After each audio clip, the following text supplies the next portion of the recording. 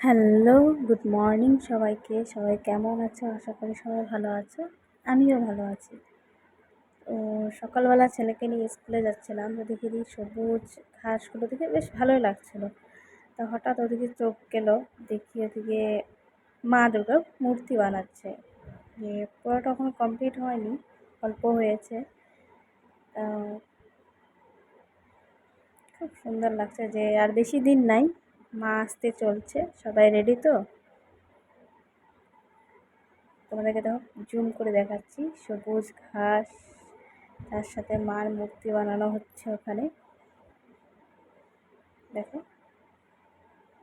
মানে হয়েছে মোটামুটি, এখনো বাকি আছে অনেকটাই। সেই